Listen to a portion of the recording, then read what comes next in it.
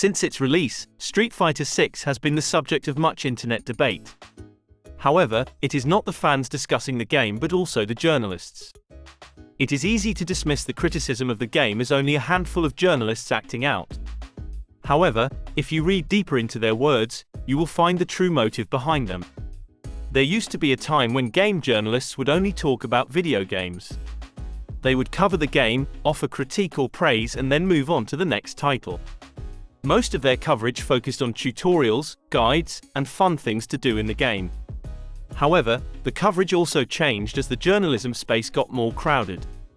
It was no longer good enough to write a great review. You had to go deeper and bait your audience. This is something we all are guilty of. I spend hours looking for the best headline to write. Journalists engaging in this same practice is not a criticism but a relevant observation. As time passed, outlets realized you could bait your audience and garner more attention. Although this is a short-term strategy, it does work. When there is a theme and an enemy, people will click. Over the last few years, the big boogeyman for video game journalists has been attractive women in video games. Anything that even remotely showcases a woman's features is immediately labeled sexism. While sometimes these issues can be genuine in video games, other times, there is no sinister motive behind companies and the decision to engage in fan service. The truth is that people like to look at other attractive people. In video games, this is no exception. It is no secret why entertainment chooses to feature the best-looking people. Street Fighter is a famous household game. Their success, however, is due to more than just their great gameplay mechanics. You put an attractive girl or in-shape man on the cover, and players will flock to it. The fact that journalists are so aggressive toward this type of marketing makes no sense. I agree that particular beauty standards within the entertainment space are concerning. Models are forced to starve themselves to get work. I do not know what to say if you do not think this is an issue. Actors need to have a specific body type to get work. Sometimes it can be so grueling that it destroys you mentally. However, the audience often demands this from their entertainment. Thus, it becomes part of the job. You must be in shape if you want to be Batman or Superman. If not, the role is meant for someone else. You can go and do a comedy with Jonah Hill and Seth Green. If you want to be Barbie, you must look a particular way. You can join Amy Schumer in one of her movies if you do not. The point is that although specific beauty standards can be too much, other times, there is a reason behind it. In entertainment spaces like anime and video games, attractive people are a big selling point. Street Fighter VI fully uses this tactic to sell its video game. However, journalists are unhappy with this and have been blasting the game for weeks.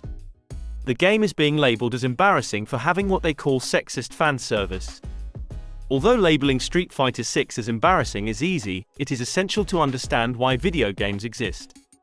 Like most forms of entertainment, they are designed to help us escape our reality. They have unrealistic portrayals of people that are impossible to match. The men are enormous and muscular, so it is almost impossible to compare them to humans. Women are overly attractive, so most will never come close to ever looking like that. This is part of the appeal and why people are drawn to the games. They do impossible tasks that no mortal can ever accomplish. You cannot fight like a Street Fighter character and will never look like a Street Fighter character. This is the entire point of the game and why you choose to play. Real life can sometimes be tedious, so we escape to a world of catgirls wearing only underwear. We should not look to video games for female empowerment. If your goal is equality, let's try and achieve that in the real world. Sadly, it is a lot easier to cry on the internet. You cannot change things in the real world, so you go after a video game girl wearing a skirt. The journalists writing these articles are also the ones who always talk about body positivity. They go on about sex work and how people have the right to express themselves in any way. Have you ever heard the phrase, sex work is real work? These same people are now arguing against attractive women in video games. These types of people also always have the same argument when you point this out. They always respond similarly when you point out how contradicting it is to have these two opposite viewpoints. They say people who show off their bodies in the actual world consent. They have the right to express themselves however they want.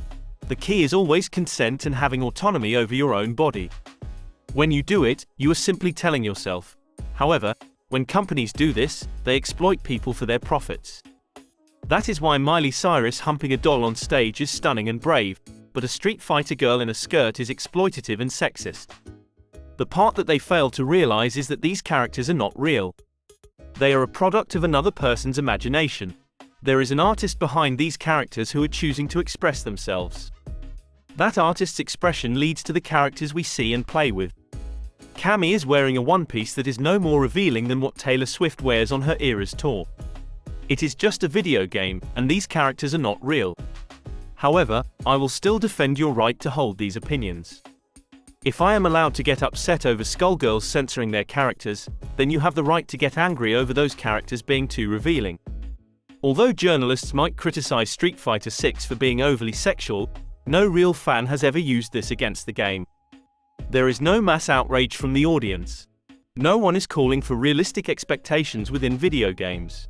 Most understand that it is fantasy. You can make a real game and even find success doing it, but for the most part, it is all fantasy. Journalists insist that elements of sexism exist within the game. It is essential to understand that this is just a fighting game. People wear revealing clothes while fighting all the time. I will not deny that fan service does not exist in the game because it does. However, it is entirely normal. Even if the people were fighting naked, it does not make it sexist. They cater to a specific audience and have the right to do so. If you do not want sexualized content, then play another game.